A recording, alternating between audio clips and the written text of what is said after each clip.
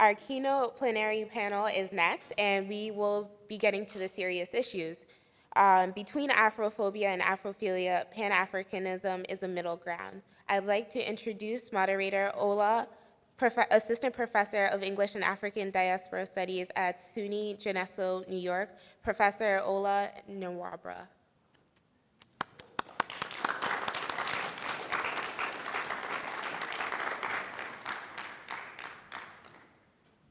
Keep it going, guys. Come on.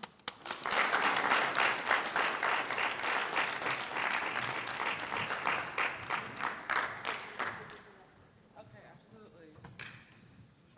Good afternoon, everybody. It's a pleasure to be here at your beautiful and prestigious institution and to be part of these conversations. I'm not going to say much. I would like to actually invite our panelists who are actually here to speak, and then I'll kind of speak more on the panel before we begin. So, okay. So as I introduce you, please come up and make yourself comfortable. So our panelists today, first, we have Chipo Dendere. Chipo is an assistant professor of political science in the Africana Studies Department at Wesley College. Dr. Dendere received her doctorate in political science from Georgia State University in Atlanta, Georgia. Dr. Dendere studies democratization, elections, and voting behavior in Africa, as well as the impact of social media on politics. She regularly provides commentary on African politics for CNN, BBC, Al Jazeera, and also writes for the public audience in various platforms. She is also originally from Zimbabwe, so if we could give her a round of applause. And secondly, we have Daniel Agbibowa. He is an assistant professor of African and African American Studies at Harvard University. He earned his PhD in international development from the University of Oxford and a master's in philosophy from in development studies from the University of Cambridge. Before joining Harvard, he was an assistant professor of conflict analysis and resolution at George Mason University and a postdoctoral fellow in the University of Pennsylvania's Perry World House.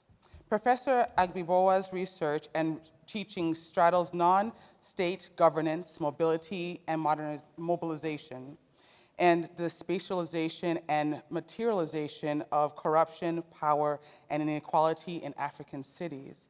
He is the author of Transport, Transgression, and Politics in African Cities, the Rhythm of Chaos, and more than 50 articles in leading journals, including Journal of Modern African Studies, African Affairs, Third World Quarterly, and the International Journal of Urban and Regional Research. Let's give him a round of applause.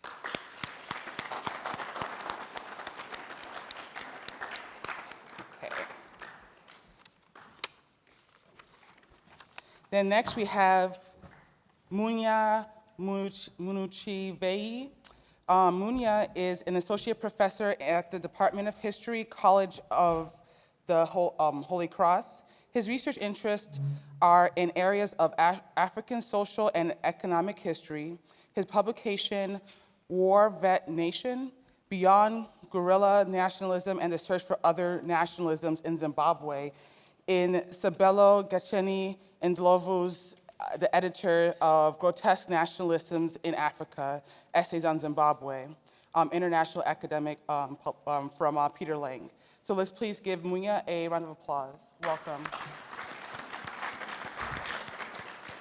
And last but not least, we have Panashe Chigumadi. Panashe Chigumadi is an essayist and novelist born in Zimbabwe and raised in South Africa.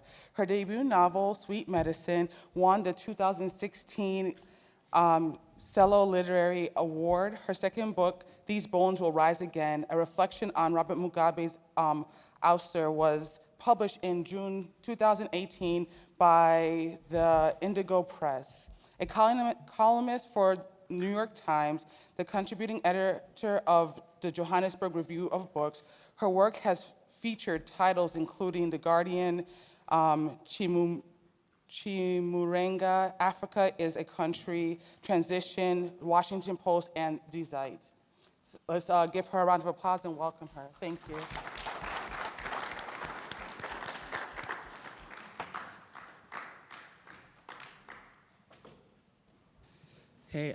Okay. So Munya was saying that the bios are a bit old, so I was saying that we definitely should make sure, hopefully, to bring out some more of your current work as we talk.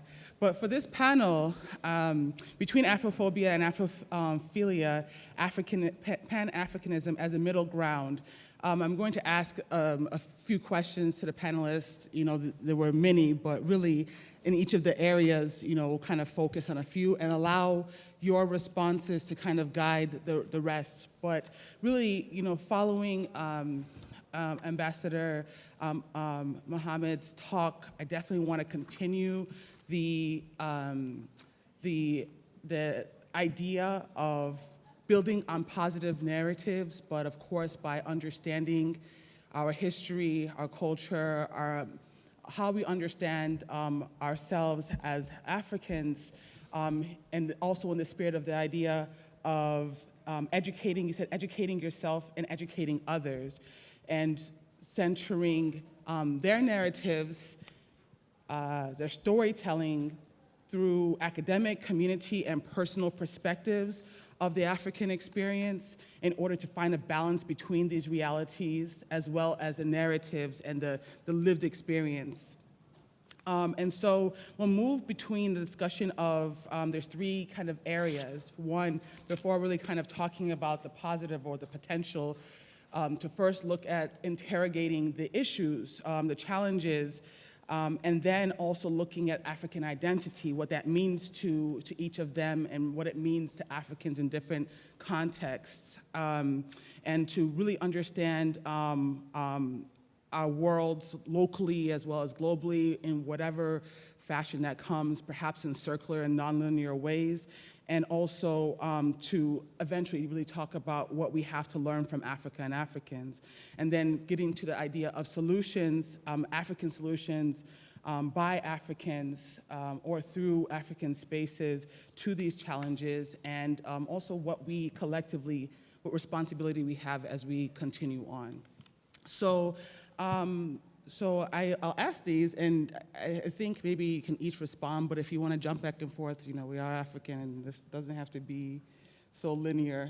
So however the spirit moves you, go. So the first question I have is on Pan-Africanism, for you to answer how you understand Pan-Africanism historically and currently, and also how we can understand Pan-Africanism today as a result of the work of our elders and ancestors in its development, and that we should consider this both in our intellectual and activist spaces, but also as it has continued, in its continued ability or inability to resonate in the hearts, minds, and actions of Africans daily. Yeah, so I'm actually excited about this because this is a big debate that I think has been happening in Africana studies, in political science. And what excites me and terrifies me about this debate is that it's also very intergenerational. A couple of weeks ago, actually at dinner, we're having this debate between myself and two professors, one who's Trinidadian, one who's Nigerian, who've been doing this work for a long time, and they happen to be in their 80s now. And in their view, it was this sense that the younger generation of scholars and young Africans don't appreciate Pan-Africanism in the same way that they did. And so this got me thinking about the ways that Pan-Africanism has changed and the way that the world has changed. And I think many of the people here are interested in borders, but if we think about Pan-Africanism of the 70s, 60s, 80s, the driving forces were very different at the time. The driving forces were, how do we gain independence, right? How do we get this domino effect so that everybody is in a country that belongs to them where they can participate? But when I think about Pan-Africanism now, I think, well, the forces have changed in the sense that for most young Africans, the difficulty for democracy or for survival is not this outside colonial force, but it's this inside force, right? It's these governments that came in as a result of the good work of earlier Pan-Africanists. And so young Africans find themselves in this constant tussle with governments, their own governments, their black governments. And so how do you become a Pan-Africanist in that context? And in thinking about this, I thought, well, maybe let's not try to define or to limit what Pan-Africanism can be. And a couple of years ago, something happened in Uganda. I don't know how many of you know Bobi Wine, the young politician who's been very active. And it was actually very random in that he got arrested, but the only way to get the message from his family to the rest of the world was to use Bluetooth through his friend Boniface, who's in Kenya. And to me, that was a strong moment of what Pan-Africanism can look like, right? That obviously you can't have the young activists in Uganda publicizing this because that's going to put their lives at risk, but could we use somebody else? And it so happened that Boniface, who has a huge profile on social media, was able to take this message and broadcast it and bring some interest, some global interest into what was happening to Boniface, demand that, to Bobi Wine, sorry, demand that we get to see him, and then eventually lead to, him getting medical treatment and again, continuing this conversation. And even when we think about Pan-Africanism and music, I think people are sort of like, well, there are no certificators for this generation. But I think there are if we were to take a step back and listen to the various lyrics that are coming out of the continent.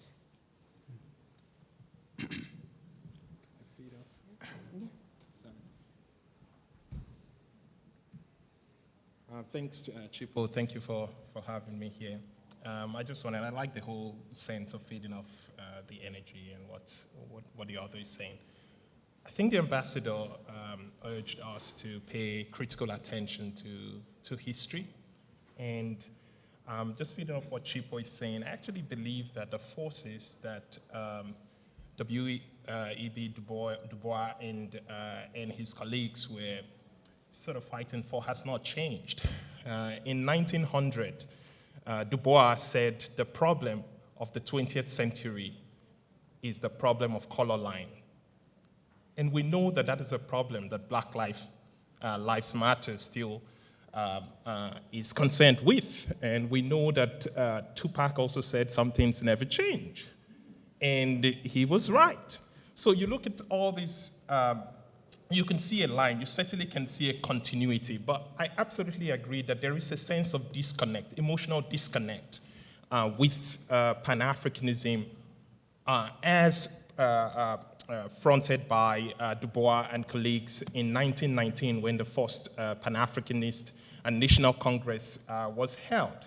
The whole idea, obviously, was positive narratives, as the ambassador said. This was what Pan-Africanism was about. It was about black unity, it was about black freedom, it was about black empowerment, gave rise to the 1930s negritude movement, gave rise to the 1960s, 1970 black power movement that gave birth to Department of African Studies and African American Studies in the US. These were all positive narratives, but sometimes I wonder, how pan was the Africanism? How inclusive was it? Did it allow for the negative narratives? Did it allow for the voices of the Frantz Fanons? Did it allow for people who did not quite agree on some of these terms? Or was it just a melting pot where the I was lost in the we, never to be recovered again? I think these are critical questions that we need to ask. And just feeding up again on what Chipo is saying, people talk about Pan-Africanism and they talk about Julius Nyerere, they talk about Nnamdi Azikiwe, they talk about Patrick Lumumba and all the likes. Where are the women on whose labor Pan-Africanism was built? I don't see any women. So from that place, I have 3 sisters. I feel disconnected from Pan-Africanism because I feel their story is anonymized. And this plugs into the issue of inclusivity as well. How inclusive was Pan-Africanism? So to that extent, I think, and also going back, the Ghanaian leader, Nkrumah, talks about seek ye first the political kingdom, and all other things will be added. But have we really achieved political independence? And these are broader questions, I think, that we have to ask, and we have to allow for a space for dissent within even the inclusivity that Pan-Africanism espouses. Thank you very much for that, Daniel. I just wanted to add in, I grew up in South Africa, post-apartheid South Africa, and speaking on narratives in particular, the idea of Pan-Africanism that I grew up, the narrative was very much centered around the post-war Nkrumah, Nyerere generation meeting in London, and then, you know, bringing on Pan-Africanism, and that's really what we understood to be Pan-Africanism as young people, and of course people like Thabo Mbeki with African Renaissance, NEPAD. That was the grand narrative of Pan-Africanism, which was something which was very continentally based, one, and very much tied in with the project of the nation state. It was not, and it was very much a bureaucratic project, so we might call this a Pan-Africanism with a capital P. But I think that is something that then obscures the fact that Pan-Africanism is not a continental project alone. It has always been a global African, and if you will, a global Black agenda, which is why then in 1900, when bringing in all these Africans from across the world, and this was convened by Henry Sylvester Williams, who was a Caribbean, who was the first Black barrister, who was operating in Cape Town, who was in part inspired by, or rather agitated by what was happening with the South African War, to then convene this 1900 Pan-African Congress in 1900. And there, this is when a committee, and it was not Du Bois alone, it was a committee that said that the problem of the color line, the problem of the 21st century is the problem of the color line. And there they spoke about everything from the Negro problem in America, the Native problem in South Africa, to the problems in the Belgian Congo, to what was happening in Haiti, the Corvée. That kind of global sense, a global Black sensibility, was inculcated from the very beginning, such that Pan-Africanism was not something that merely happens on the African continent. And I think that's a very important aspect around how we need to be thinking about Pan-Africanism going forward. One, as outside of, but also working with the bureaucratic and nation state, so that we as Africans are not only looking to what is the AU doing for us before we can think about how we then enact Pan-Africanism. And I think in that regard, many in the cultural sphere, whether it's the musicians like your Bobby Wines, whether historically it's people like Fela Kuti, Miriam Makeba, Yvonne Chaka Chaka is always a favorite in spaces like this. People have always been doing that kind of work almost far ahead of us in academia and in government, and I think we have one model there, but also part of the research that I do is also in churches. Very many of us do not know that even before we have the 1900 Pan-African Congress, the first people who were really thinking about this global question, what it is to be Black or what it is to be African and bound by this common history of oppression, were many people, many Africans working in churches thinking about the Back to African movement. And why I like looking at things like that is because it's messy. There are many contradictory forces around, you know, many Africans in the diaspora wanting to go back to save through a kind of civilizing mission to save their African brothers and sisters. But that is part of the messy history of the origins of Pan-Africanism and part of the things that we need to continue to deal with right now. But you cannot talk about the history of Pan-Africanism without Pan-Negroism, Ethiopianism as a movement. Those are the things that we need to think about, as well as a way of also help to foster our reimagination about how we can do Pan-Africanism, particularly as citizens, beyond what the nation state or the bureaucratic projects can do for us. And going forward, I think particularly why this holding and remaining the tension around the problem of the 21st century, or now, this is now the 21st century, as a color line, it becomes important, for example, when you consider what happened in Durban in 2000 with the conference on racism, where Africans on the continent in particular betrayed their brothers and sisters in the West, or their African brothers and sisters in the West, when we did not support the motion for reparations, for example. What kind of Pan-Africanism are we talking about if we do not hold a conversation around reparations for our brothers and sisters who had to go through the brutalizing consequences of the Middle Passage? That's the kind of Pan-Africanism we need to continue. It cannot remain simply a project of what is happening on the continent. People like Malcolm X spoke about the fact that you cannot talk about what's happening in Kansas if you don't know about what's happening in Congo. That's the kind of Pan-Africanism that I think is very important, and perhaps as we go on, maybe we need to think about what is the tension between the fact that Africanness and Blackness are not always seen as something that is interchangeable. For example, as a South African, I always find it interesting that people talk about being Black and African as not the same thing. And for me, as a South African and a Zimbabwean, I've always known I'm Black. I did not come to America to learn that I was a Black person, because race racializes all of us, and we've been racialized right from the beginning of the slave trade, wherever we were. So I think that's part of maybe a conversation I'd like to have about what it is about the term African versus Black, because it seems like they're put in opposition.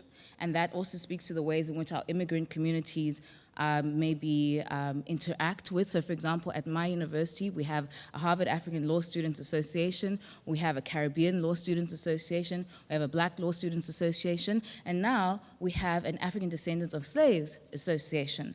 So what does that mean? Surely we should have a Black Students Association, or we should have an African Students Association. What is the tension between these identities? And somewhere we're not speaking to each other, and I think that's the kind of conversation I'd like to have about the tensions between Africanness and Blackness. Yeah, thanks. Perhaps we'll go into some of those sort of issues of race as well, in thinking about this broader theme of Pan-Africanism and Afrophobia as well. But I appreciate all my panelists perhaps to think about not just the history of Pan-Africanism, but also the prehistory. Right? I mean, the prehistory of Pan-Africanism that goes back to slavery, the slave trade, and all these sort of anti-slavery movements with abolitionists and so forth, up until the 19th century and the early 20th century Pan-African movements, which were located in the diaspora, right? And of course, later on, of course, when Africans, particularly educated Africans, in the post-Second World War era, for example, also harnessed that kind of political energy being generated in many spaces of diaspora Africans. But I want to go back. I mean, of course, I think at the beginning we rehashed the point, for example, that today is Ghanaian independence, March 6th, for example. And on that day, of course, Kwame Nkrumah, in his speech, based on his his speech on Ghanaian independence, he said something very, very important. And I'm just paraphrasing. He said, for example, that, quote unquote, your beloved country, Ghana, is now free forever, right? But, he included, this very important but, our independence is meaningless unless we liberate all the countries in Africa, right? And I think, within that statement, of course, Nkrumah was expressing an idea, a Pan-African idea, but I think, he was also expressing a Pan-Africanism that was also perhaps embedded in praxis, right? In practice, not just in idea. And I think one of the things that we sort of, get bogged down in, when we think about Pan-Africanism, is to perhaps, reify or privilege high-sounding ideas and theories about Blackness and race and so forth, and we forget about the practice, the practice of Pan-Africanism. And I think, in terms of thinking about Pan-Africanism currently, perhaps in the 21st century, there has to be sort of a marriage, of both ideas of Pan-Africanism and how we practice it in the 21st century. Of course, in the 20th century, the practice of Pan-Africanism was to liberate, right? To liberate all these sort of, colonized countries. And of course, Kwame Nkrumah and the others, they led the charge. And I think that legacy, that sort of history of liberation, we can still sort of, harness that in the 21st century as a way, perhaps, of charting multiple paths of liberation in the 21st century. And I think, in the context of Afrophobia, it's one way of thinking about perhaps some of the repressive forces that we are dealing with, in the African continent, for example. Not just repressive forces that sort of, come from ordinary women and men's communities, but repression that is tacitly sort of, perhaps upheld, right? I mean, by our various African governments. Be it, say, for example, our own sort of, Zimbabwean government, for example, which is perhaps, which is probably sort of, perfected, right? I mean, the art of repression. Of course, that art of repression perhaps was sort of, inherited, from the colonial period. But of course, in the 21st century, I think, in terms of thinking about Pan-Africanism and how it can be relevant, to our 21st century societies, I think it is particularly important to think about multiple paths of liberation that is based on our sort of a history of liberation as well. And so, I mean, I understand, that tension, between sort of, young people today, for example, and those perhaps who led sort of, those sort of histories of liberation. Most of them, of course, they're now departed, but those histories are still relevant, right? I mean, in order perhaps to chart new sort of, forms of liberation, be it political liberation, for example, or social liberation in terms of, thinking about, gender, for example, as you raised, sort of, David. That's perhaps where, those are some of the ideas, perhaps, that I would want to explore further, maybe in our discussion, to think about, multiple paths of liberation within the context of this new 21st century Pan-Africanism. Thank you. I wanted to continue this conversation, kind of just bust open this topic of, race, especially as we understand, I like how you mentioned that it's constantly Blackness and Africanness are spoken about separately. But if we're looking at, to Munya's topic of real discussion of the fact that we need to real liberation has to be on multiple fronts and looking holistically and completely, perhaps Africa outward, but also, so with that in mind, I want us to constantly think about the movement between local and global, but then to start first with race and, kind of tailoring back to the master's conversation about isms and phobias. If we're going to look at it from multiple local perspectives, maybe we can first start talking about like some of these embedded institutions that play into developing the foundational issue that we're trying to find many different medicines and solutions that get at the virus versus, like Band-Aids over cuts that are as a result of it. So how is the global issue of race important to our understanding of the persistence of the challenges in your research, in your work, even personally, if you want to share, also in the misrepresentation of Africans and between Africans, right? So between ourselves, the misrepresentations we have of each other. And also generally to our current topic, the Afrophobia and its challenges to Pan-Africanism. So I think this is really about education without sort of diminishing, right, the importance of this topic. But one of the things that I became aware of as I've grown as a scholar is how little Black people know about each other, right? So there's this idea that exists somewhere in the world that there is a collective Black identity, that there is a collective African identity, that there is something like a collective diasporic identity.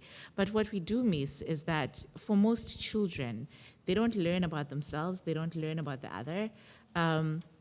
Children in African countries, the educational systems in African countries are glossing over like huge histories. So what you have is that most kids in West Africa have no idea how colonialism functioned in Southern Africa. And as a result, the first time you have kids in your class and you're saying, well, we had something called settler colonies and this is how they worked, or we're talking about the way that colonialism worked in West Africa, which might influence their relationship with race, or you're having them read Motherhood for the first time, and then you have kids from Southern Africa and Western Africa saying, well, but that's so different from what I thought, right? That's so different from what I understood. And it becomes clear that for the first time, people are becoming exposed to the nuances within this African identity. Or when you come to the United States for the first time and you realize that a lot of people coming in from Africa have no idea what the Black experience in the US has been. People have completely they lack the knowledge, and it's hard to empathize with others if you don't know where they're coming from. If everything you know about Black America is influenced by television, or if everything you know about Black America is influenced by the perception that everybody in America is wealthy and their lives are great, and so you don't dig deep and you never get to know what it's like. And just to give another thing that I don't think we talk about is that there are different privileges in each African country. And this is something that I've been challenging myself to think about. What does it mean for someone with my name, somebody who's Shona, who grew up in Harare? Do I identify in the same way as a kid from the southern part of Zimbabwe who has a name where whenever they go across the country or whenever they come to the capital city, they have to explain their name in their own country? And that's just something I've never had to deal with. And so when I was coming to America, I never thought of myself as an African because I was completely confident in just being Zimbabwean, in being Chipo, in being Shona, right? And so for the first time, you sort of navigating all of the ways that others see you, right? That, and I'll cut this short, but I remember I went to the computer science lab, and there was a guy from Ghana, and he says to me, "How come you didn't come and greet me?" And I said, "Well, why should I come and greet you?" And he said, "There are not enough Africans on campus, so you should have come to greet me." And I thought, well, why didn't you come and greet me? But it took a really long time for me to understand the dynamics, right, and the unities that you must have in the diaspora, and what it meant for him as an African man, as a Ghanaian man, that there was this young woman on campus and what he expected of me in that role. Yeah, I think there are multiple ways, perhaps, to respond to that question. I think, Chipo, you raised this question of education, right? I mean, among Africans or between Africans, for example, is an impediment, or perhaps sometimes maybe probably one way of trying to understand each other, to put it positively. But I think it's particularly important, maybe, to recognize that, when we think about race, within the context of Africa, for example, the idea of race, right? It's sort of it's a very modern idea, right? It's a modern sickness, right? That was born out of slavery, right? It's not sort of it's something that probably that was non-existent, before sort of but it's only modern if you're older, not if you're younger, right? Exactly. That's ancient. Exactly. So I think in terms of trying to think about it in the African context, it's particularly important, perhaps, to think about histories that predate that notion. In our quest, perhaps, for example, to bridge, to construct or to to build bridges between and among Africans. A history, for example, that connects us, to something that is factual and ancient, but that sort of, predates sort of some of these legacies of racial inferiority that we are now perhaps, struggling with, perhaps, in the context of Afrophobia, or in the context of, say, in America, for example, the division between Africans and African Americans, which is real, right? That film, that blockbuster film, what is it called? Harriet. Sorry? Harriet? Oh, not Harriet. Coming to America? No. This futuristic Black Panther, right? Black Panther. One of these sort of underlying sort of tension between T'Challa and Killmonger, right? Was that tension between Africans and African Americans, something that we don't usually sort of acknowledge, but that is sort of deeply steeped, rooted in our legacies of sort of racial inferiority, right? So I think in sort of thinking about that sort of question, right? On race. Our sort of discussant sort of is trying to push us perhaps to think in a much more sort of holistic, complicated way of how do we sort of apply that, right? In our own experience as Africans, or in our sort of interactions with, say, members of the African diaspora, say in the United States, our fellow African Americans, and so forth. So I think it's a very important sort of question, perhaps, to decode, as it were. And I think that tension is very important. Just going back to what I was saying, it's a productive tension. It's okay to have African and blackness, and people are trying to figure out what is going on. That's not a problem. We don't have to immediately fit under the same umbrella. This was something that happened with Pan-Africanism, where it was all about black consciousness, it was all about let's fit in. Why can't we have a productive discomfort in negotiating these multiple identities? Where is the space for difference? And talking about it in frank ways.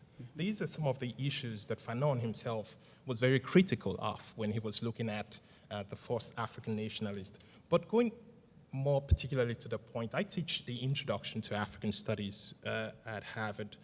And as with many, I guess, colleagues of mine, first day of class, you ask the students, get a paper, think about Africa, write down what comes to mind. Mm-hmm. Your guess is as good as mine. What is put on paper is overwhelmingly negative. Ebola, poverty, maybe the slightly positive one, safari. These are imaginations that people have. But what you'll be surprised is that from those students, you can think even right up to the dean of some schools, they still hold that imagination. So those students at the top, they share in that ignorance because it's part of the story, it's not all of the story. And so you have that narrative, and it's about what do you do with those narratives as a professor standing for the first time and teaching that? So you end up teaching about trying to deconstruct narratives about the continent before you even go into what the continent is about. So you're spending the first 3 weeks, 4 weeks talking about some of these issues because these are serious. If somebody thinks a continent bubbling with such diversity, the first thing that comes to mind is Ebola. So those are very issues. But I think also the issue of race, sometimes when we focus too much on that, we miss out on, I think for me, a more pertinent issue of class that is critical to what is going on and underpins some of the issues we'll talk about, Afrophobia, xenophobia. And I think those issues must be held together, issues of race and class and social inequality and relative deprivation and how people are negotiating these real issues in their lives. I will say it's interesting, as you say, the first time you thought about really being an African. Of course, I've always known I'm an African, but the first time I really, really felt like I'm an African in the vague, ambiguous, safari-like term was in coming here. I've always understood myself maybe, and even now, primarily as Black. And it's been quite interesting to hear the ways in which people speak of this continent in this very homogenous terms, and the ways in which we as Africans in turn also embrace that homogenizing kind of language around Africa, which I always say, I don't know what Africa you're talking about because it's always this amorphous, meaning nothing, just geographic kind of area that is, it's quite an interesting thing. And again, we'll come to this later, but I think part of why I gravitate towards Black is because it immediately has a political connotation. We know what we're talking about, what we're dealing with, whereas Africa is almost a space in which we dump whatever it is that we want in terms of racial imaginaries and colonial imaginaries. But that's another discussion. I want to kind of jump the gun a little bit with this discussion because I think a large part of why we're talking about Afrophobia and xenophobia, and particularly as the resident, in part South African, I'm also Zimbabwean, but that's another discussion. I'm an African first and foremost. Part of what we're discussing is, or what people always come up to me and want to ask is, why is South Africa so Afrophobic, or why is South Africa so xenophobic? And I think across all these different countries, as we think about our different stories of immigration and migration, one thing is to think about is the anti-Black nature of citizenship across the world. So I want to read this, it's a newspaper excerpt from the 24th to 30th of June, 1979, a South African newspaper. And it says this: consider the case of Thabo Mokoena, who was born in the South African town of Thabo Nchu in 1971. He thought he was South African until the town miraculously moved from South Africa to Mangopeland. After 1972, he ceased to be a South African, and this is in spite of the fact that his great-great-grandfathers were born and bred here.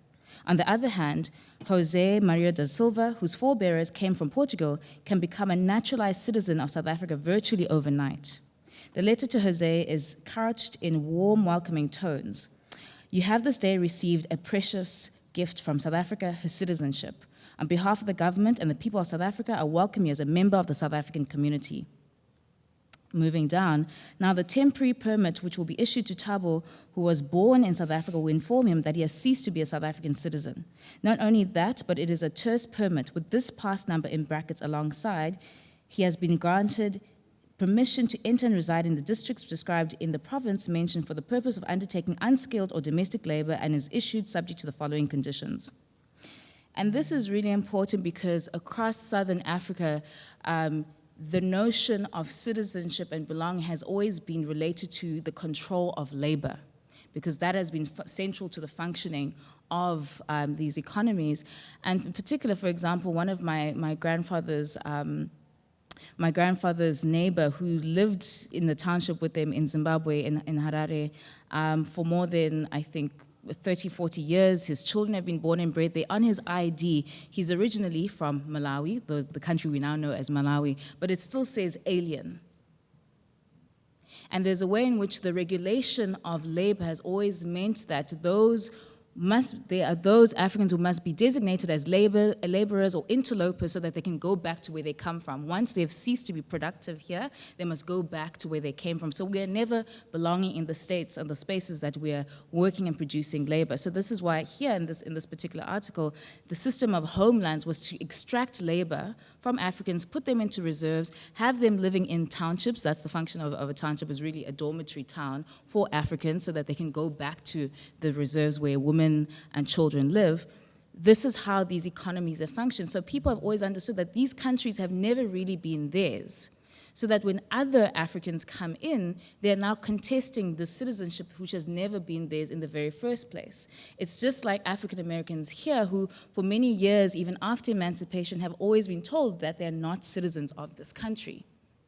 The various acts, whether it's the Fugitive Slave Act, many of the different acts, which have spoken to the fact that there is no right that a white man is bound to respect in this country because you're not a rightful citizen of this country, makes it from the very beginning very clear that citizenship is not something that belongs to black people, whether they have been in the country from its inception or they were there before the very settler colonialists came into that country and formed these colonial nation states.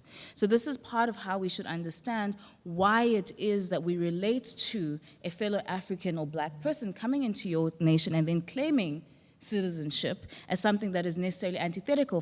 From the very beginning, citizenship has never been something that we have any claim to, which is why me, for example, was born in Zimbabwe, but grew up in South Africa for as long as it's been a democracy, really, and has a South African passport as a naturalized citizen. Most South Africans, black South Africans, will not see me as truly a South African because they have not historically been South African citizens themselves. In the same way that African Americans have never truly been Americans. Therefore, when other Africans come into this nation and are also jostling for this citizenship, there's going to be that kind of tension. And I think that's really important to then think about. If we're talking about xenophobia, Afrophobia, how is it that citizenship across the world is not something that is easily granted to us? It is always something that a European migrant can easily get and be granted, but not something that we as black peoples across the world are granted. And I think that's an important dimension beyond the aspect of education, and I think that's important, but there are very educated people who will deny me my citizenship in South Africa. Right? I know this is a middle-class person. It's not just something that a working-class Zimbabwean is going to face in this country. So I think that's also something that we need to speak to, and maybe that's something we can get guidance from around from people like yourself in the AU, but that's something that I think we need to also think very seriously about, is how citizenship is inherently an anti-black practice in its praxis. And I think, well, just to jump on before we change, I think it's because citizenship and migration was never considered a black activity, right? So one of my favorite books is Motherhood. And in that, you sort of think about how villages in Nigeria worked for a long time, that the only exception to leaving your village was to go and work for some colonial master, right, who's just come in, and we can then talk about how that changed the dynamics between men and women. In Southern Africa, the only time that people would leave their homeland is to go and work on the mines in South Africa, but that the idea of Africans or black people just traveling for the sake of traveling was never part of the narrative. And so what we now have is this threat to formalized citizenship, where black people are now moving into spaces that they were never expected to be in. A black person was never expected to move to Joburg, to have a job in Joburg, to have their children come and live with them. They were expected to move to Joburg as a single man, to work there, send money back home, go home Friday to Saturday or whatever. The women that were in those cities were expected to serve a particular purpose as concubines or domestic workers or whatever, but people were never expected to emigrate and settle. So even when I think about some of the tensions that are happening with land in Mali, right, it really is about people moving from places that they were never expected to move from, and to occupy these new centers of business and development. And once you're now in these centers of business and development, you need an ID, because that's how this modern world works. But the state was not designed to give you an ID. The state was not designed to give you a passport. The state was not designed to facilitate your movement. And beyond the African borders, I think this explains why when Africans show up at European borders, it's kind of a shock to people. I remember I was just flying to France a few months ago last year, and we flew from the US.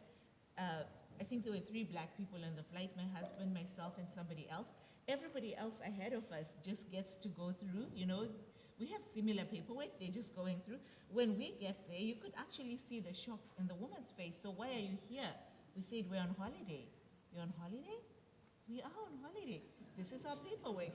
We're on holiday. She says, well, stand to the side. So we stand to the side, but we are genuinely on holiday. And I'm wondering, so, we have all the things that you need if you're a black person traveling, with our bank statements, our savings accounts, our stocks, it's a big file, right?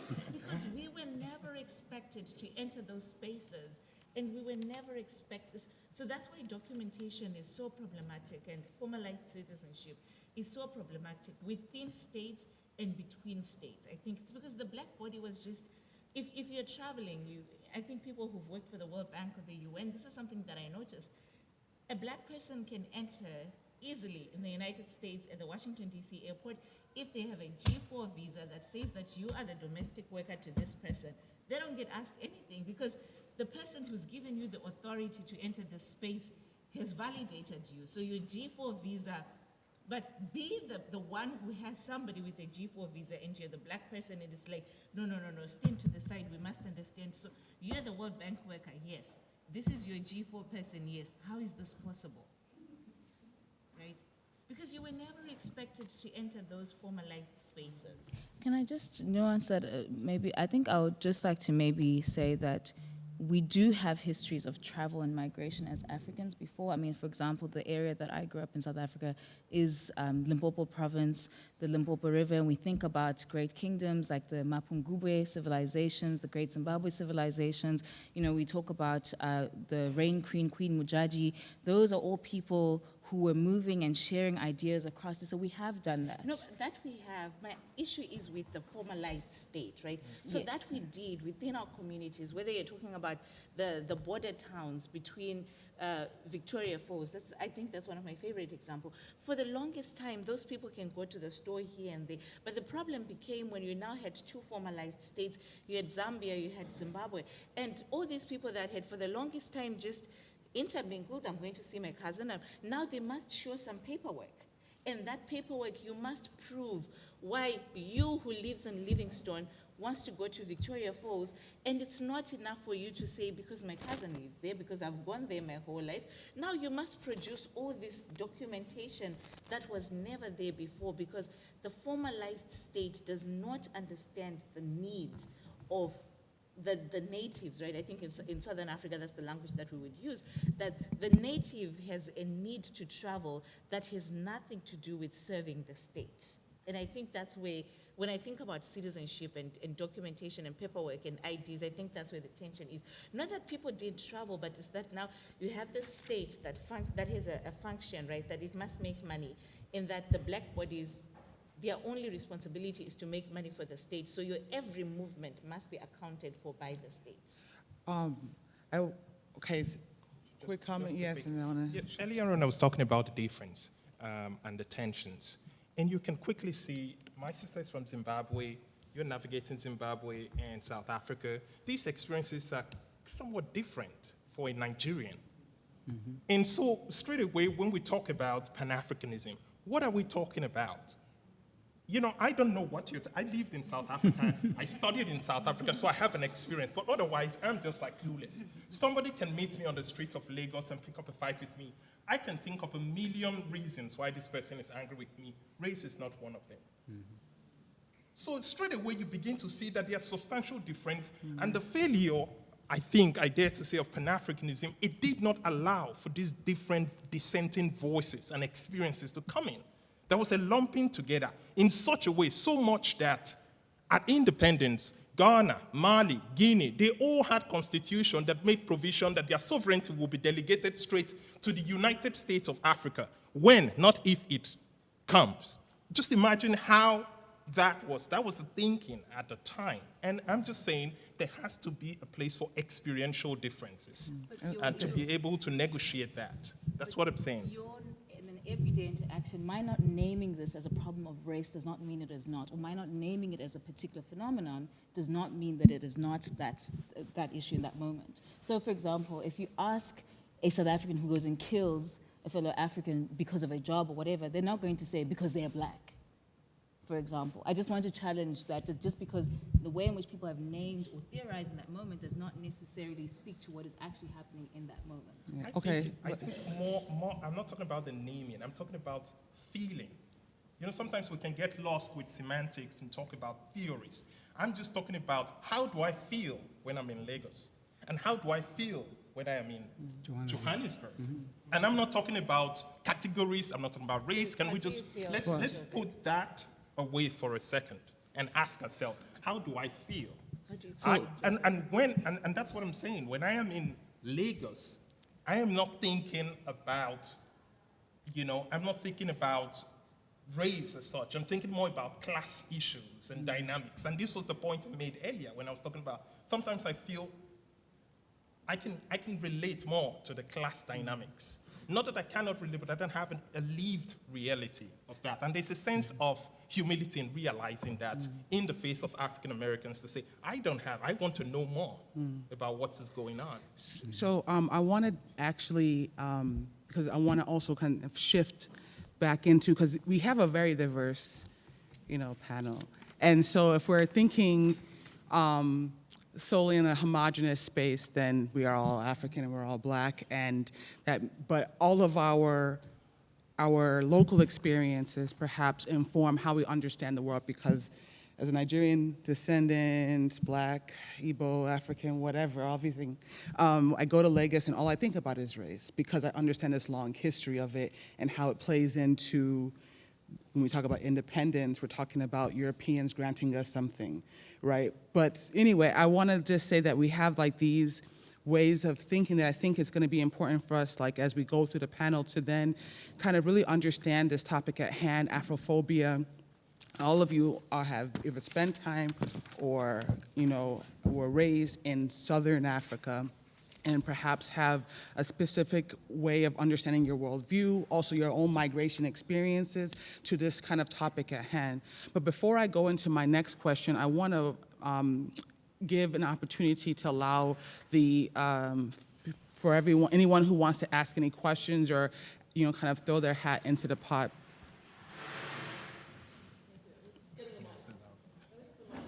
Sorry, can I just ask for some water?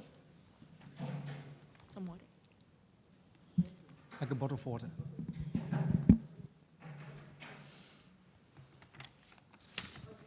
the conversation was getting so dynamic and so exciting that even the ambassador wanted to weigh in, and many of you want to weigh in as well. So I'm going to give the mic to the ambassador to sort of engage some of the questions that were coming up. Are you satisfied now? Then let me challenge Daniel a little bit, fellow Nigerian. So the question is not how do you feel when you're in Lagos, but how do you feel when you're, as a Nigerian, in Johannesburg?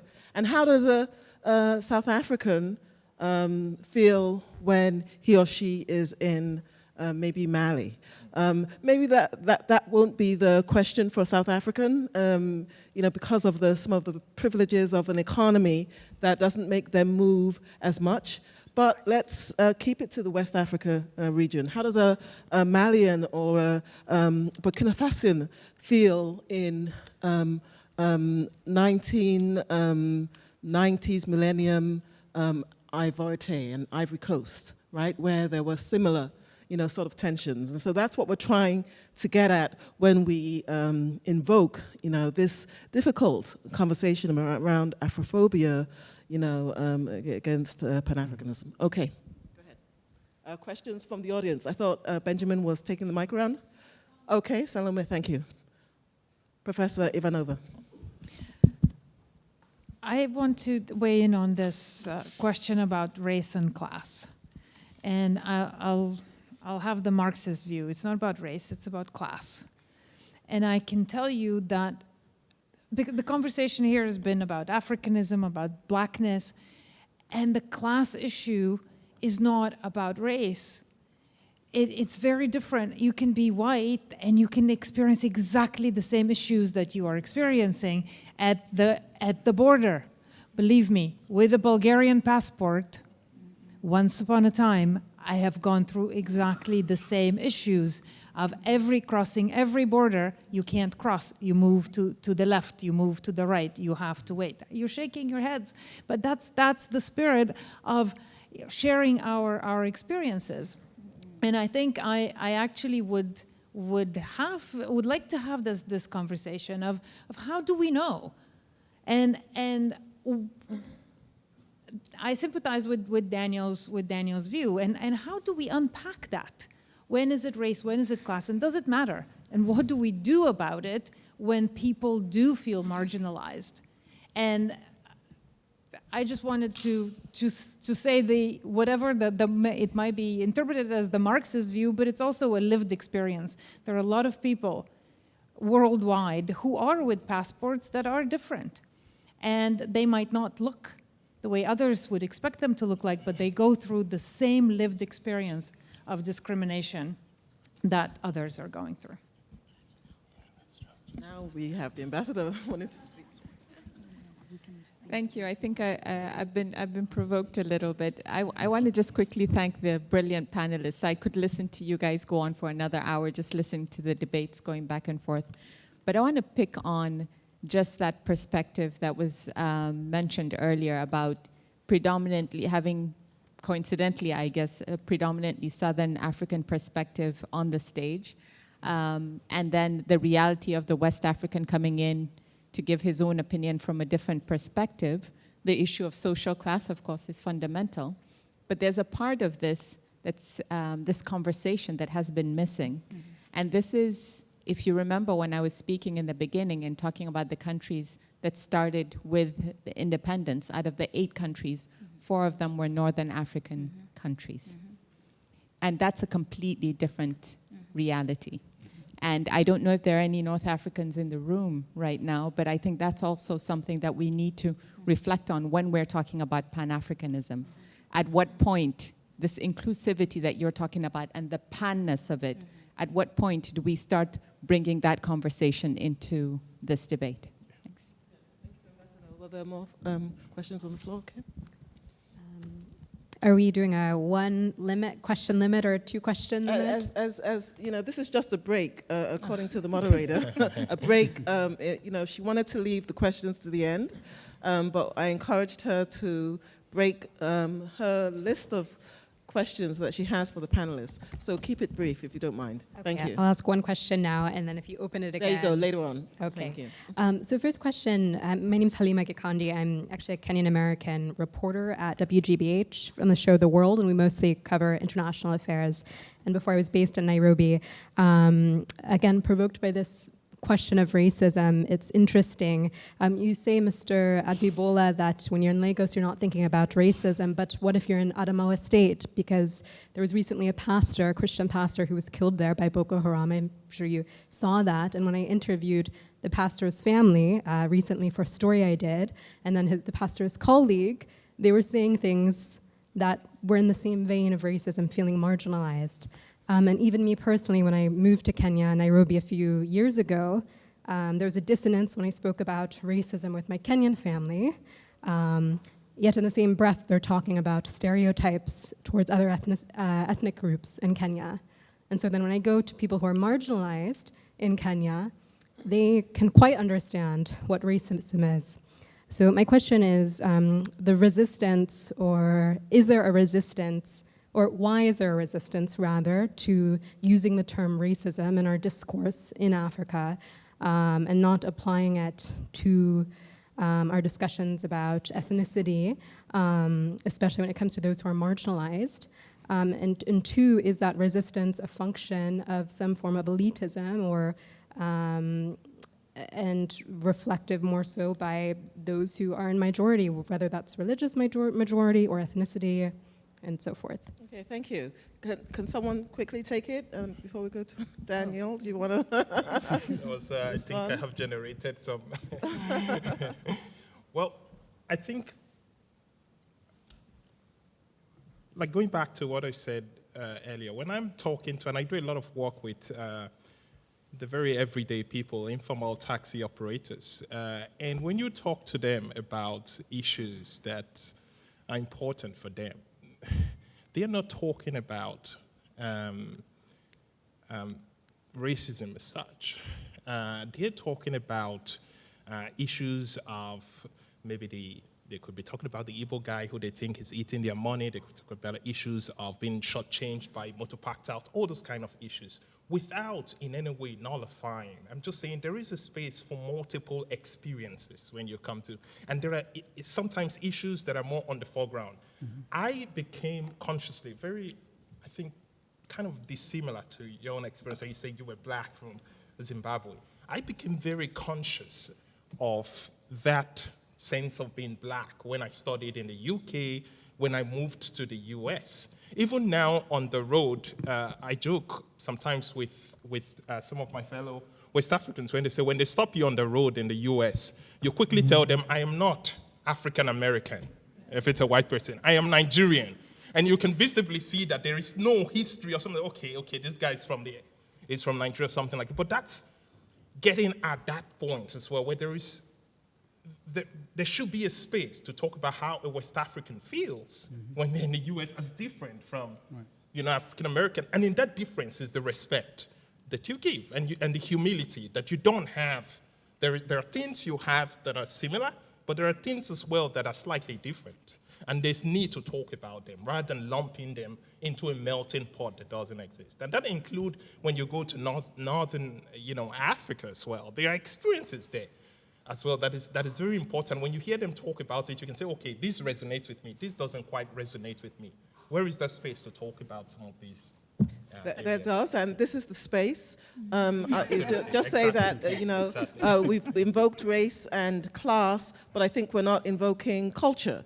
And all of them can play intersectionally, right? To the question of, North Africa and this question of both Pan-Africanism and Afrophobia, I'd like to remind the audience that the sort of re-invocation of the Pan-Africanist African Union was actually performed by the late Muammar Gaddafi, who was a Libyan leader, who said, at an African Organization of African Unity summit, that he said, we need to reinvigorate the former Organization of African Unity to the African Union in Nkrumah's dream. He actually wore a Nigerian danshiki, the whole Nigerian gear, and was wearing his hat in the name of, he wants to be a new Pan-Africanist,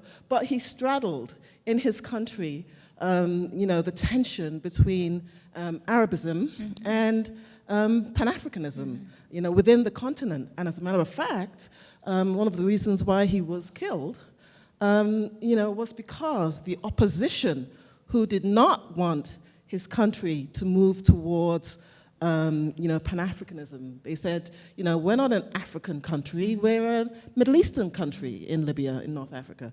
And so those forces eventually led to his own demise, Gaddafi's demise, and the country currently is struggling with the question of African migration, which is seen through racial lens.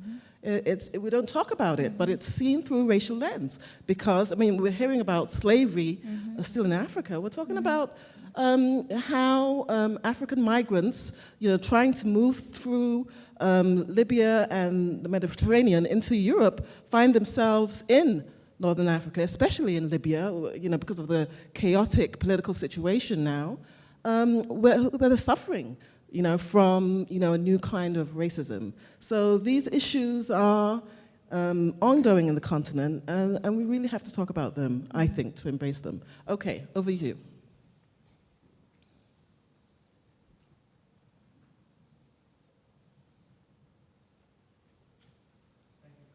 Thank you very much. My name is Abdul Karim Barry. I'm the advisor for the African Young Generation Nuclear. We established it about 2 years ago in Kenya, an organization which promotes nuclear science and technology for young Africans in Africa. Thank you very much, the panel. I guess it's a question and a statement, a comment at the same time. And we've been talking about some of the issues of Pan-Africanism, whether in the 20th century or the 21st century. My experience has shown, in my view, that whether it is colonialism, the results of colonialism, of imperialism, or slavery and racism, the scars are the same. It's just a different location in the African continent or outside of the African continent. So the question I have for the panel, maybe we can discuss about it, is we'll talk about some of these issues, but what are the solutions? Because I'm from Sierra Leone myself. I moved to the States when I was 5, and then moved back to Sierra Leone, and then back to America. And what I found out is, growing up in Sierra Leone, they don't teach anything about your Sierra Leonean history or your African history until you get to the 4th form. And even if you're lucky to go to the 4th form and you choose what specialty you want to do. And within that specialty, they will teach you about your African history. So I guess, and this is not to put Madam Fatima on the spot, is what can the African Union do in terms of revolutionizing the educational system in Africa? Because I believe as young Africans growing up, if we know anything about our country, we know everything about our neighbor countries, on a higher level, we don't have to know the details. We can understand each other better.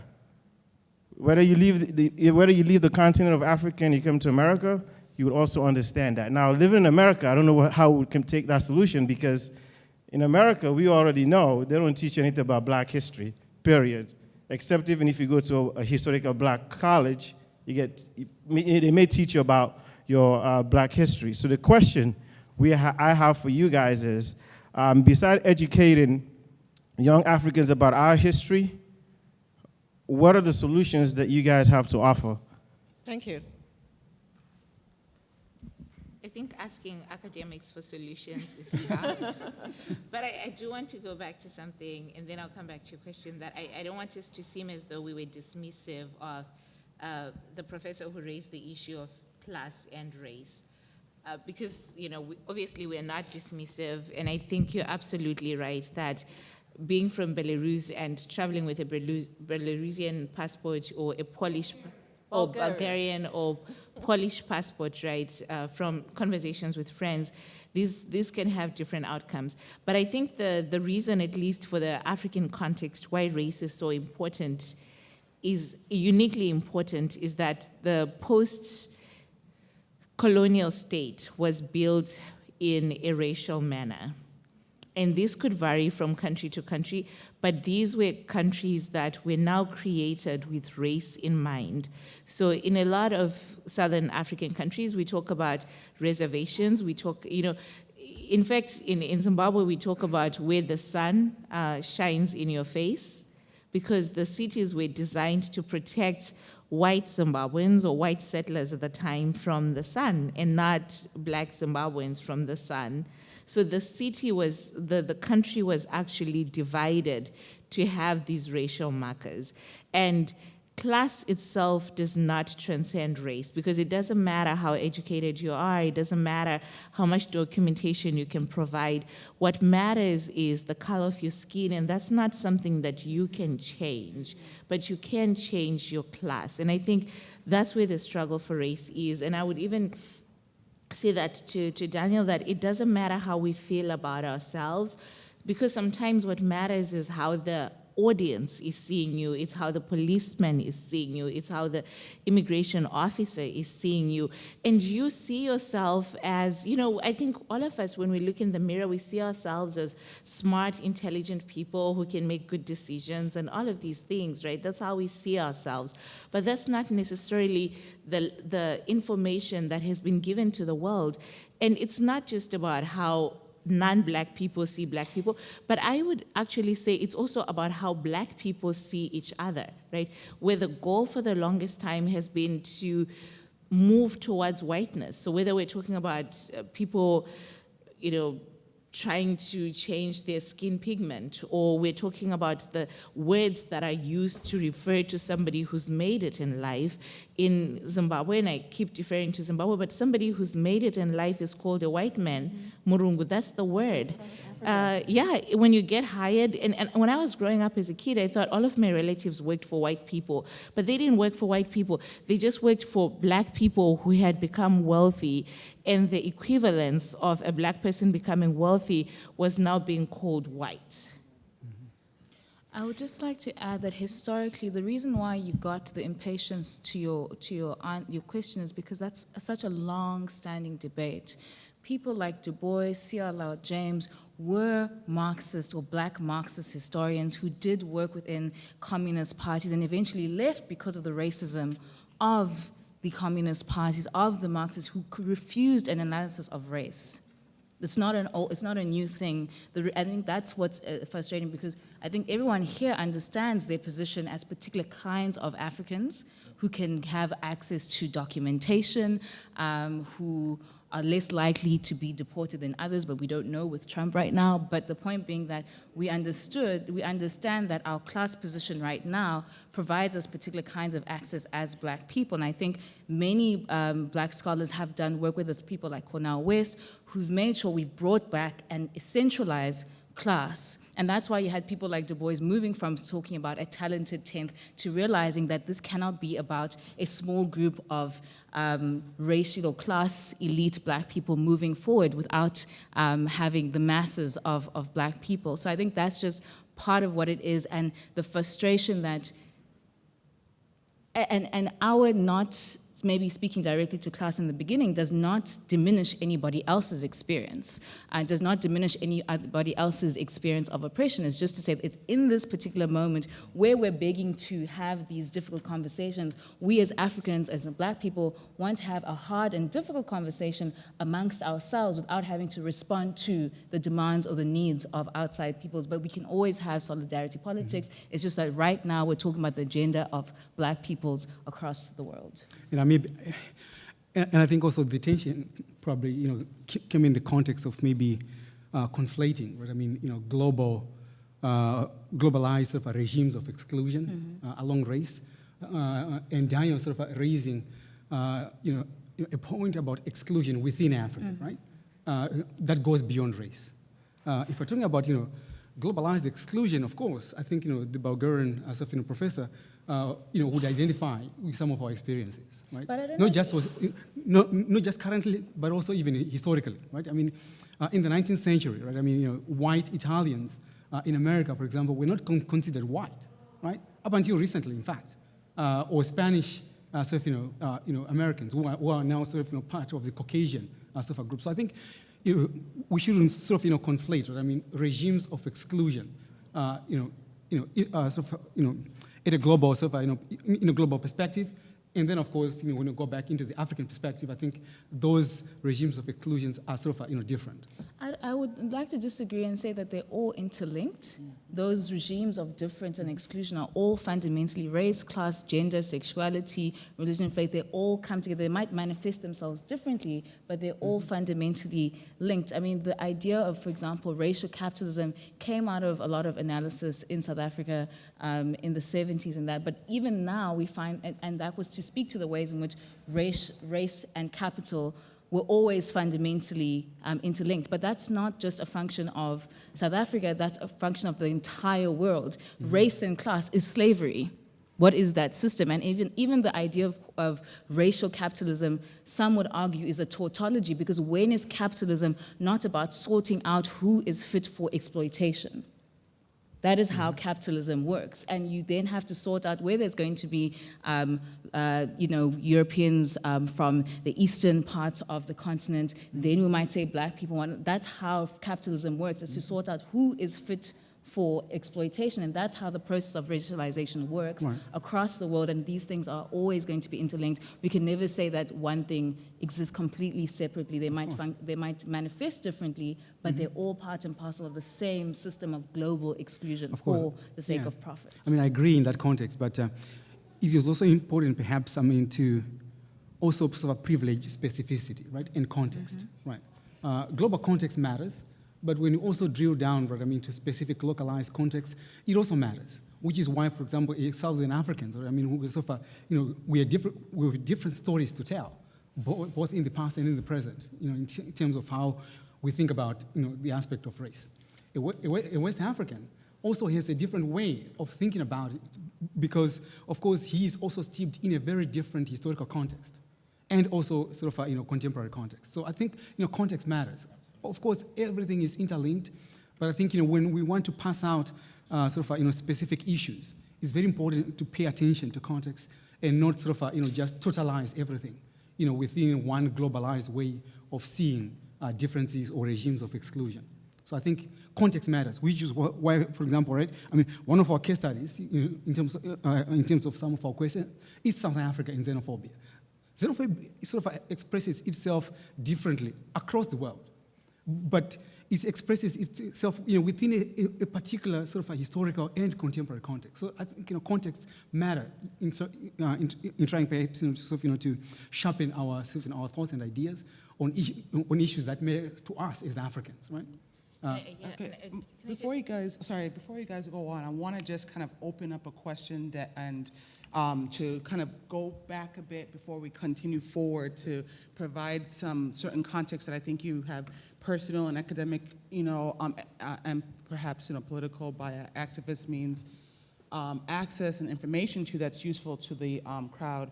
And so, but of course I want to put my 2 cents in first, but I want to just say that when it comes, understanding the creation of racialized spaces, that it's really important to understand, like, there's definitely a very old conversation that the class outside of race is no longer perhaps possible to articulate. It means that there's still much more learning to be had if there's a separation, since, imperialism, global capitalism is literally created based on slavery.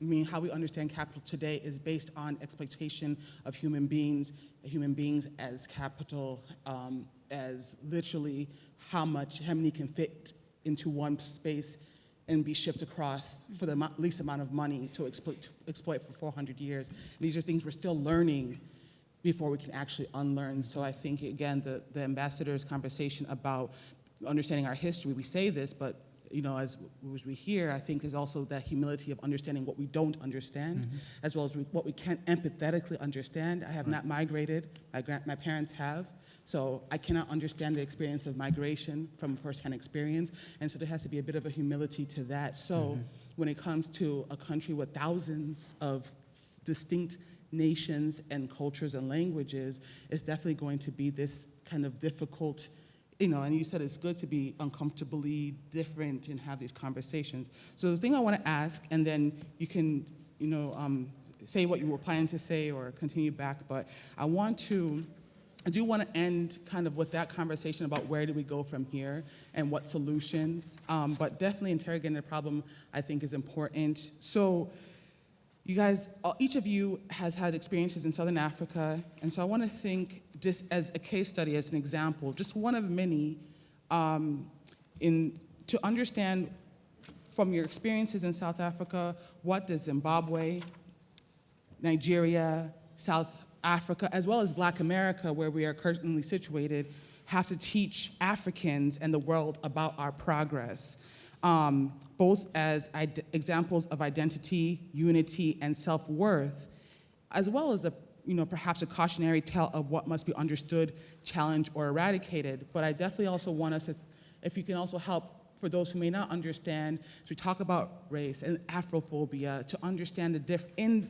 using South Africa as an example, how we understand the difference between Afrophobia and xenophobia, which is the term I constantly hear in the news when referencing South Africa, which completely excludes the racialized context of inability to understand differences in experiences, what it means for someone like myself or my parents versus a white colleague who are not from South Africa to come in and have 3 different experiences. So definitely help to understand what Afrophobia is in South Africa, its difference from xenophobia, but then also how your homes, however you define them, help us to understand this as well as our progress and way forward.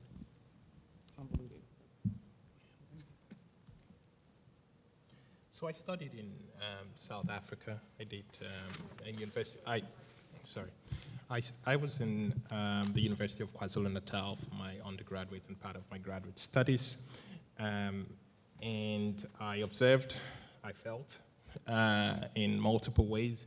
And one of the things that struck me was that there was very little in the historical courses on history that I took. There was very little discourse around the contributions of African countries to South Africa's liberation. It was non-existent, and that was shocking because in Nigeria, in my Lagos day, we listened to Yvonne Chaka Chaka. We were conscious of the fact that Mandela was free, and there was a sense that I felt like I was more conscious of that than South Africans themselves. And so I guess that's something that one can fix if you're looking for a solution in terms of curriculum, in the sense of, can we have more of this Pan-Africanism in our learning, and so that people can become more conscious and really embrace, South African anthem, part of it says, Kosi Sigeleli Africa, God bless Africa. And we can embrace really what that means in terms of when there was crisis. And I'll connect that to an experience I had. I was on an election observation mission in Sudan in 2015. There were a collection of about 15 African nationalities there when the xenophobic attacks, at least as it was constructed, happened. And I was conscious, we were at dinner, and I was conscious of how many we united with other African countries in our condemnation of what was going on. And it struck me that there was a moment, at least that was a moment of Pan-Africanism from where we say, and there was a South African, to be fair, in our midst as well, condemned it as well. It says, this is unacceptable. So in that situation of crisis, for me, it's not coincidence that you have a collective condemn what is going on. And so for me, that's something that maybe we can look to, in the sense that there's been an outrage, and you just need to look at social media and the rest about what is going on in South Africa, a collectivity, a condemnation of what is going on, certainly from from the bottom up, and it's powerful, and we can tap into that energy, I believe. I think something we haven't taken advantage a lot of is the memory of people that have lived in sort of pre-independence and post-independence settings. So when I think about South Africa, I think about women like my mother. My mother was a trader from Zimbabwe, and she started trading in South Africa in the 70s, and this is something I've written about. And women like her, the industry has changed, but what my mother used to do is that she sold different, little trinkets in South Africa, and I've been interviewing her to understand, so what's changed? Does she think that South Africans have suddenly become anti-people from the outside who come to sell? And my mother says that she stopped really going to South Africa in 1994 after Mandela was released from prison.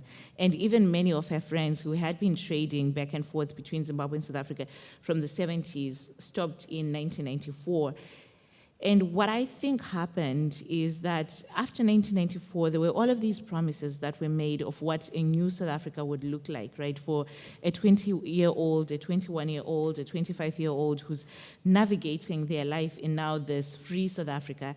And part of that promise was that you would have economic growth, you would have rapid economic growth, you would have access to education, you would have access to all of these things that did not materialize.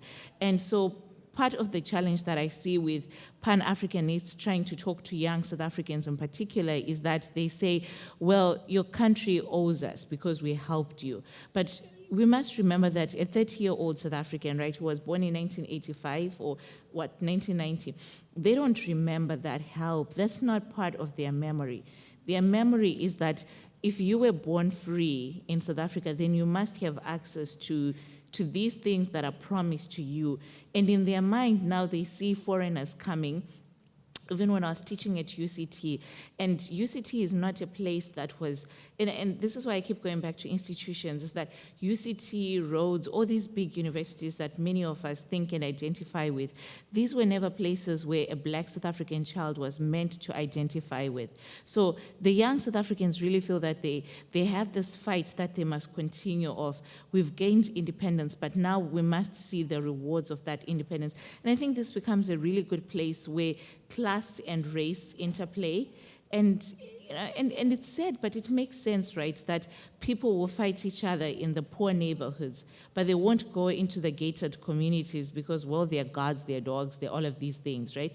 But it's easier to have access to your neighbor, not to make an excuse, but perhaps to give some insight that I think has been lacking in our understanding of what's been happening in South Africa since 1994.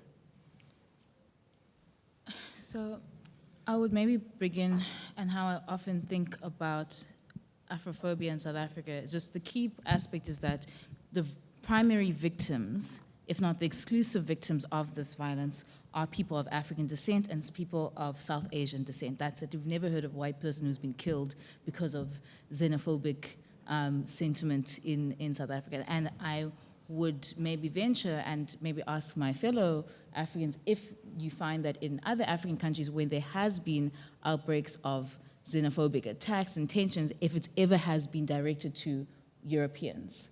I don't know if that is the case, and you can give me, but I would venture that it's probably not the case, and I think this is pretty common in many parts of the world, that the people who are going to bear the brunt, the darker hued races of the world, tend to bear the brunt of xenophobic violence, which really, I prefer to actually call it anti-black violence. I think it is part of that spectrum. And the reason I think of it particularly as anti-black violence, my father moved to South Africa in 1993, and I think of my ground zero as that particular moment. He moved to Umlazi Township, which was known as the seat of so-called black-on-black violence, which we know was instigated by the National Party between different groupings within South Africa.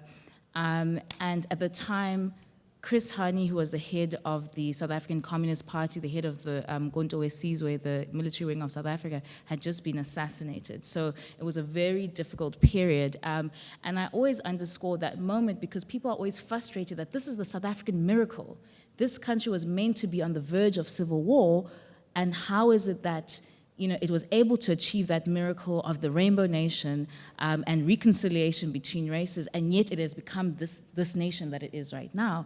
But what is always glossed over, and this is across the world, we see that the issue was that Black lives didn't matter at that point. Black lives were disposable. It was that after years of violence within the townships, and this was really just boiling to a head in that moment, it's with the blood of Black people that South Africa came into being, the new South Africa came into being, and that's not part of the narrative of the Rainbow Nation. As many young Black people have asked in this questioning of what is this new South Africa and the negotiated settlement, they ask, where is the Black in this Rainbow Nation? We are not part of this. And I don't buy the excuse even, and people often bring this argument that, but we helped South Africa so much. And many of us say, even if other African countries didn't help us, it is no excuse. Whether or not they helped us or not, it is no excuse to be shedding the Black of fellow Africans. And I don't think it should be brought up. It's important to know our history, but I don't think that is addressing what is actually at hand. The issue is not that other Africans, we don't know that other Africans help us. The issue is that we hate Black people. That is what is happening. And South Africa is a fundamentally anti-Black nation, and it is built on years and years or centuries of violence. That's the context with which we need to understand the anti-Black violence that manifests itself as Afrophobia in South Africa, where we see that my frustration as a Black person is that I know I cannot kill a white person, so I'm going to kill my fellow Black person here, the person who's most disposable. In broad daylight, I can stab a Black person. We've seen that. That's part of the spectacular violence that we see in South Africa. You can kill a Black person in broad daylight, whether they are a fellow Southern African migrant, whether you are a Black policeman killing a Black mine worker protesting for better wages. You can do that in South Africa. But dare you touch a white person in South Africa? And that's the context with which this violence continues to happen. And I think that's important to address if we want to really end the ways in which this continues to happen. I don't think it's simply, it is one addressing the economic issues, the unresolved socioeconomic issues in South Africa. It's the land issue, for example. It is also addressing the fact that South Africa does not see itself as part of Africa. It's no surprise that I did not necessarily think of myself as African, because we don't have that kind of sense of really being part of a Pan-African nation in South Africa, or Pan-African grouping in South Africa. We fundamentally think of ourselves as exceptional to the rest of the African continent. And that is part of the issue. And if we're speaking about solutions, because I think we've spoken about a lot of the theorization, one, it is very much about what are we doing to pressure our governments to implement particular kinds of policies.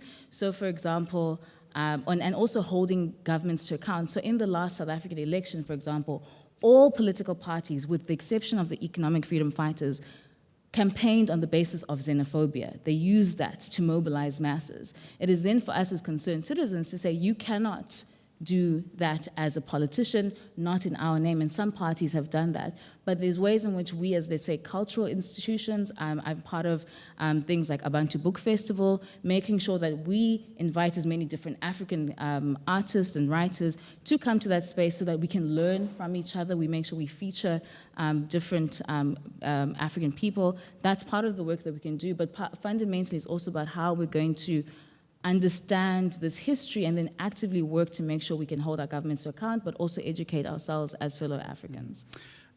And I think, Panashe, probably you have a very unique experience of being sort of raised in South Africa and sort of navigating these spaces, and also having a feel about how South Africans, sort of Black South Africans, think about fellow Africans, beyond the Limpopo River, right? But one of the things I think that makes me cringe, when we talk about sort of South Africans hating other Black people, there's a way in which perhaps we sort of pathologize South Africans. But I mean, we sort of perhaps think about their hate per se, perhaps as some kind of pathology, right? As if it is not based, for example, in something, in sort of, in structures of inequalities that we can name, that we can see, without, say, for example, excusing the violence. of course, I would never sort of excuse that violence, of course, but it's particularly very important, particularly for intellectuals, perhaps. To go beyond ways or some of the ways in which we sort of pathologize those who sort of commit these dastardly acts of violence, such as sort of the slitting of throats and the burning of South Africans. Of course, in some of their expressions of violence, in fact, they're actually steeped in anti-apartheid violence. That's what I just acknowledged. I'm not sure what you mean I'm pathologizing. I started by acknowledging the centuries of violence. I grounded it in the ground zero, so I'm not sure what you mean it's pathologizing. I always make sure I speak about it within the context of its history, so I don't know what it is to pathologize in this context. Probably I sort of misunderstood perhaps the way you set up, right? Your attempt to think about how South Africans feel about other sort of Africans. But beyond that, for example, when we're thinking about solutions, right? The people who sort of express or practice, those kinds of xenophobic violence, right? They are not, your average, say, for example, middle-class South African. Some are, perhaps, they are complicit, or perhaps, they also tacitly approve, right? Such as politicians and so forth. But the people who do some of these things, for example, they're actually sort of, your ordinary, women and men in townships, for example. People, perhaps, who have had, or perhaps who have not had access to scarce resources such as education, for example. In fact, in some of these communities, much of their education, I don't know about where you went to school, say for primary or secondary school in South Africa, right? But in most of these townships, the kind of education that they are still sort of encountering is a kind of education, for example, that was built within the context of what was called Bantu education, right? During apartheid South Africa. A kind of education, for example, that emphasized ethnic differences. And it's an education, for example, that is still perhaps, or perhaps there are some lingering legacies of that kind of education that most South Africans sort of, come into contact with. And when they go out in the world, for example, right, they've been sort of schooled in sort of, they've been schooled in ethnic differences, differences perhaps that can also be sort of exported, or perhaps that can be practiced perhaps in terms of, say, anti-African sort of different when it comes to xenophobic sort of violence or Afrophobic violence. And so it's particularly important, I think, for me, so to have that intellectual humility and have that intellectual empathy of thinking about where are these kinds of sort of expressions of violence coming from, right? They are not just pathologies of violence that are embedded within South Africans, but I think there are structures of inequalities that are either economic, social, political, that sort of enabled or sort of or perhaps that explain those kinds of bouts of periodic violence in South Africa. But perhaps, probably, I sort of misunderstood the way in which you set up your argument. I think it's important, when I speak about land, that is the fundamental basis of inequality in South Africa. So we're acknowledging that land speaks to the ways in which Black South Africans, on the vast majority, on the whole, do not have access to the economic resources of this country. So it's not a surprise that when we speak about, and I've written about this in many different forums, I'm very aware of the socio-economic dynamics that create this kind of, it's the mixture of this inequality that's there, as well as this, well, the inequality is really bound up in this violence. And that's why I spoke about the fact that a Black mine worker demanding a fair living wage, 12,500 Rand, is going to be shot by a Black policeman who was commanded by the then vice president, a Black vice president in our country. That's the kind of socioeconomic system that South Africa is producing. And I don't want to, again, overly exceptionalize South Africa, but it's important. That's part of the unresolved legacies of the South African miracle. The fact that Black South Africans are not part of the rainbow nation. Right. And therefore, when there are other Africans coming in to jostle for the scraps that they've been given, they're going to be highly disposable. And last year, I want to also ground the last attacks or the last bout of violence in the fact that, one, we saw the horrific manifestation of gender-based violence last year. It's not a surprise that the xenophobic attacks and the gender-based violence are happening at the same time, because South Africa is a deeply, and again, without over-pathologizing what South Africa is, it's seething, it is not working, and the first people to bear the brunt of that are going to be the most disposable members. And as even the EFF speaks about the fact that you start with perhaps the foreigner who's from across the Limpopo, you start with the women who are living with you, then it becomes, oh, the people who are living in the northern parts of South Africa who are not really South African. We're going to speak about the vendors, the Changanis, then eventually it will become the Tongas. You know, it becomes that kind of thing because we're just working up into who are the least disposable people in South Africa. So that is very much acknowledged, and I think it's always important to speak about the historical basis and context of anti-Black violence, anti-Black citizenship, the economy that's anti-Black, that all of that is always going to be part of the analysis. I will never pathologize fellow Black South Africans because I also consider myself as part of, parcel of that milieu. Okay, I'm going to shift so that we can maybe ask a few last questions before, but of course, I'm going to first just mention that, you know, I think what's coming out, especially in this conversation of like anti-Black violence, is that when we're talking about what we need to learn, it's a history of a learned action and reaction to one's condition. Self-hatred is a part of this, right? As Afrophobia, like literally a phobia of ourselves. And then that history comes from different spaces, and then it manifests in how we repeat what has been done onto us. Many have said, Fanon, Palafiri, talk about the fact that if we are not moving towards our liberation with our own epistemology, our own framework, then we're doomed to do the same thing that was done to us onto others. And I believe that some of when we talk about the violence and the issues we're dealing with, a lot of it is reproduction of underdevelopment, reproductions of violence upon ourselves. But I want to shift to the idea of a way forward. How do we move from violence to healing, which is very anciently African, the idea of healing through cultural practice and knowledge, to think about what Africa's contributions have been to the world, right? In the African Black space, we're talking about what it is today, right? To go back to the ambassador's conversation about positive, to look at what we have been doing that does not make its way to media spaces, and then all, of course, how this history and present helps us to understand ways forward, and then to look at it from all of our different perspectives.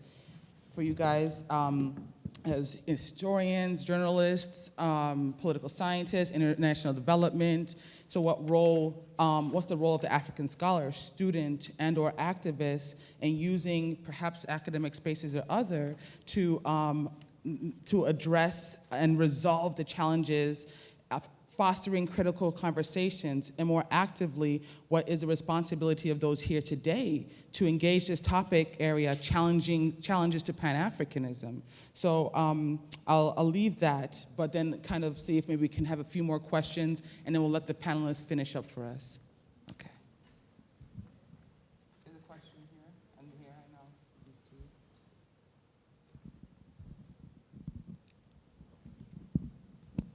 Hello? Yeah, thank you. This has been an exceptional panel, and I've learned a lot. It's kind of a comment, but a question asking you to respond to.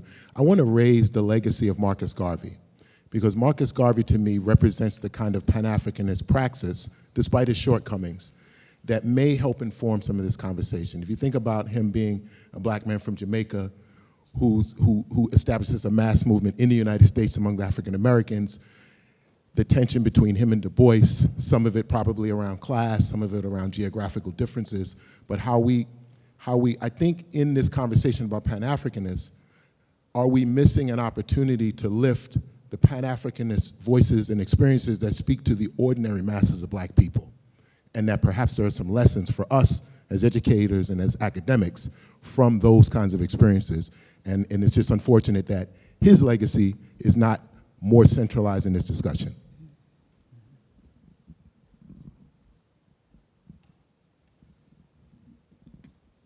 Thank you so much. Great conversation, and I think the back and forth is also very productive, rather than just always having the panel, and then the audience asking many questions. But I wanted to go back to Pan-Africanism as a middle ground.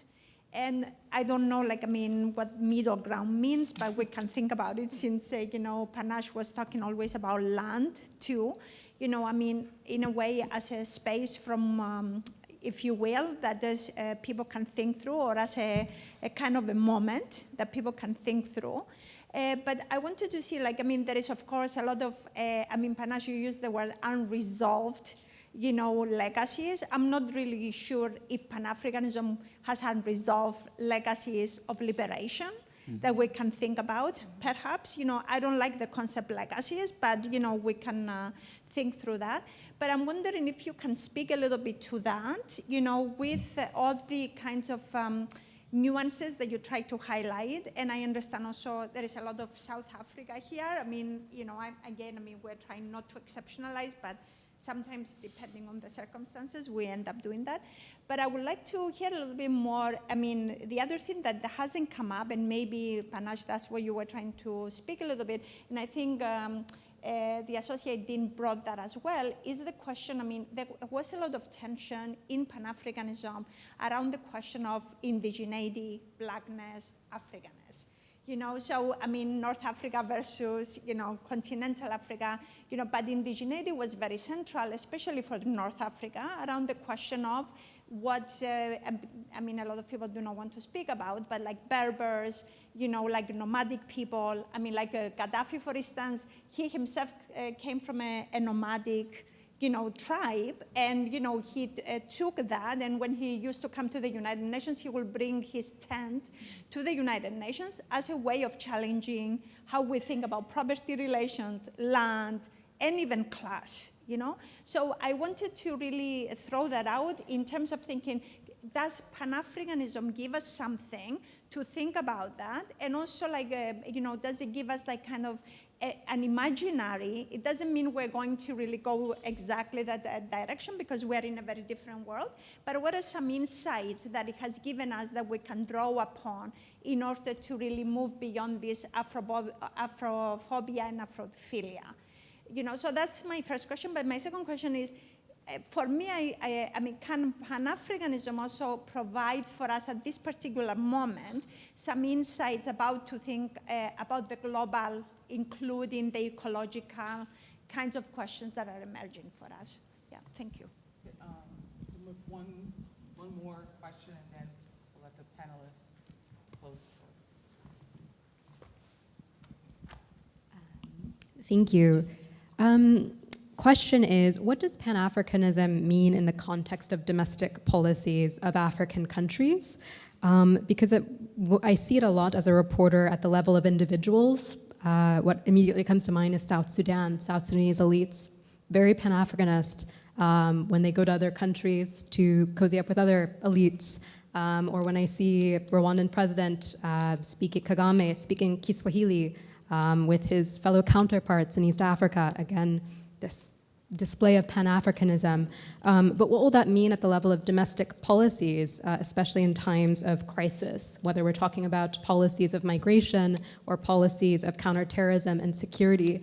And in answering that question, I would love to hear it examples outside of Southern Africa, because it's a productive example, but also I think doesn't challenge us to think about other parts of the continent, especially, again, parts of the continent dealing with crisis that provokes this question.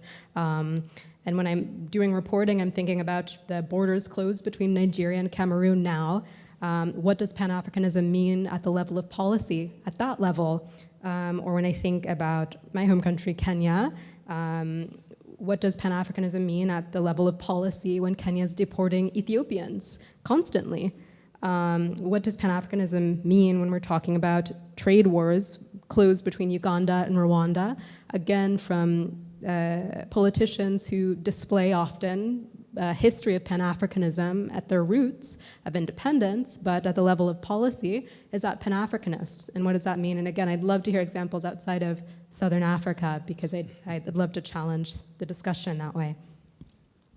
Okay.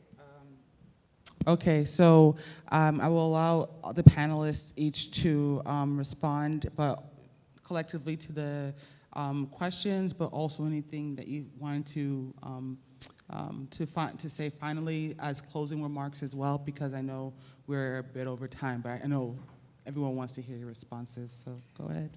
Can I start? I'll just answer or speak to the question asked by the brother here. I didn't hear your name, I'm sorry. Jabal? Jamal. Thank you for your question. I think I take very seriously the project of looking at the ways in which we've organized beyond the nation state and how we've imagined freedom and practiced freedom.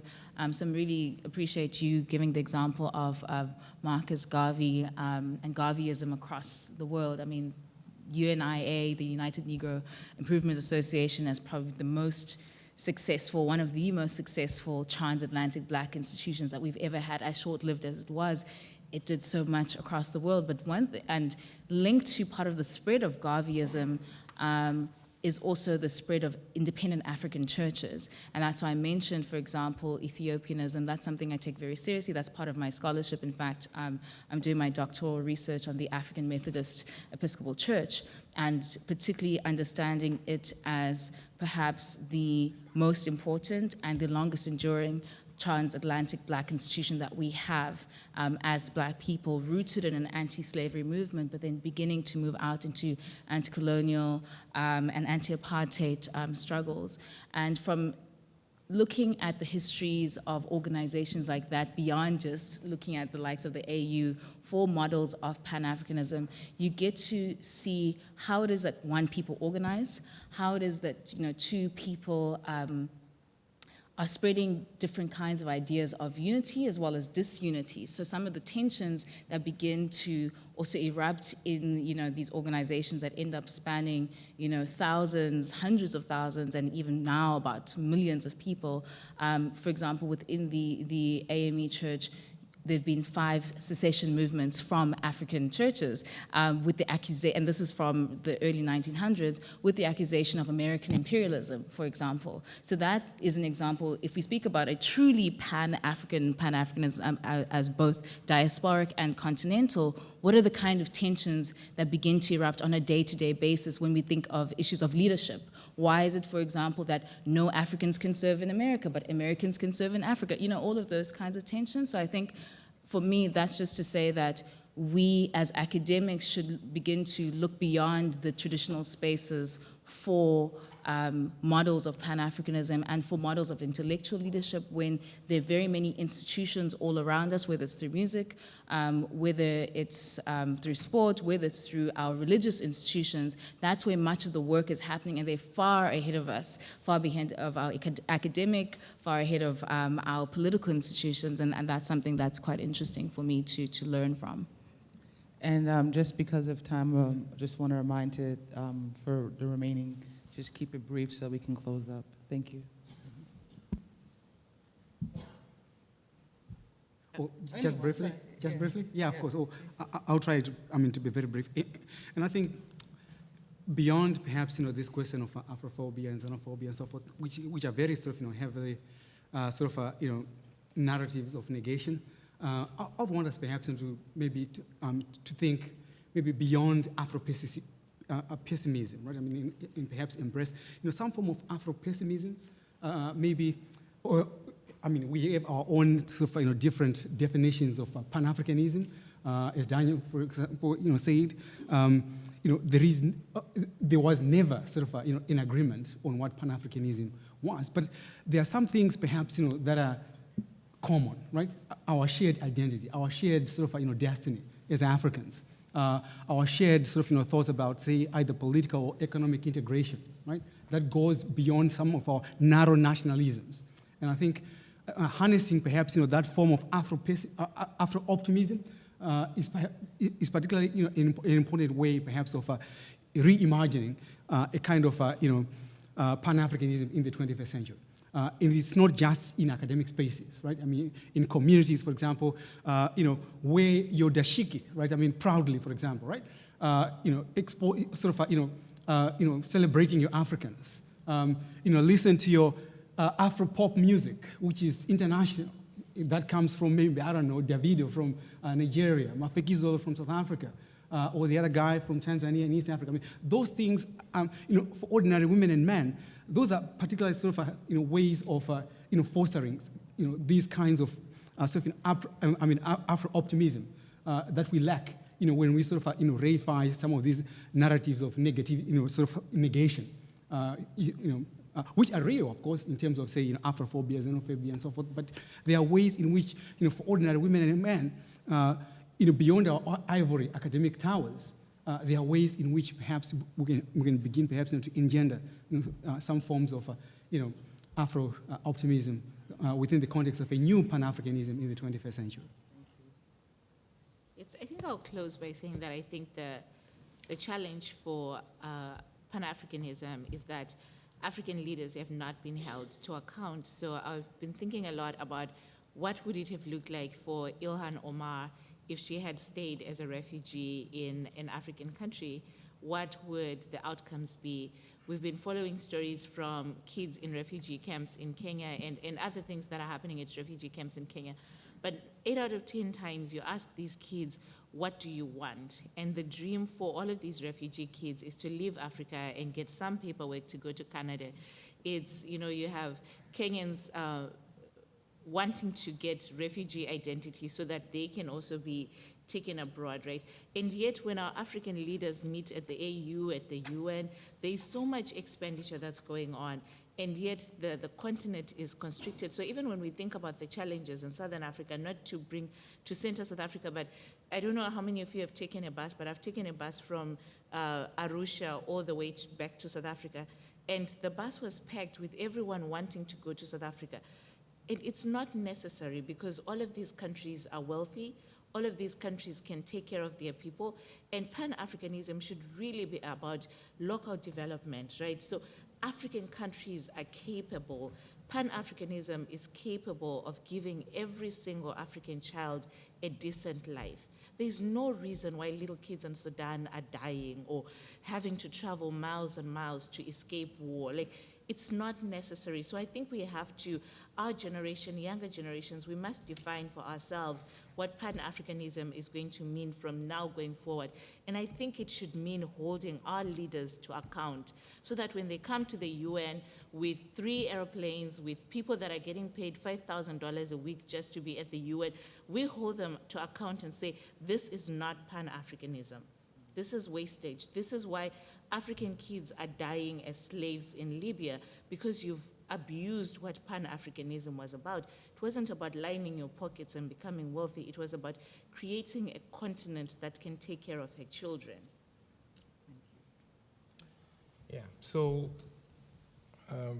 it's been a great conversation, and we can quickly see that there are some, even within Pan-Africanist panel, there are a lot of some differences and tensions in how we understand it. And that, for me, is very important as well. During the Black Power movement, one of the groups that emerged from that were inspired were Nigerian professors who were in the US, who went on and created a movement called Bole Kaja. And Bole Kaja is the name of an informal transport that used to exist in Nigeria. You know what it means in Yoruba? Come down, let us fight. And it says, a fighting on the sand never killed anybody. And I think that's what we need to move to. You know how they always say the cliche, we should not focus on what divides us, but what unites us. Let's focus on what divides us, and let's try to understand it. Because in the history, our leaders focused on what united us. Well, we're having questions now. Let's focus on what divides us. Let's try to understand that while not dismissing what unites us. I think in doing that, we can better understand these differences that this panel itself embodies. You can see the tensions, the emotions, how much people feel on certain issues, how much others don't feel on those issues, and the reverse as well. Those are real emotions that we need to engage with. Very important if we are to move forward. With that, Africa unites. I would like to give our panelists a round of applause. And thank you for your participation as well.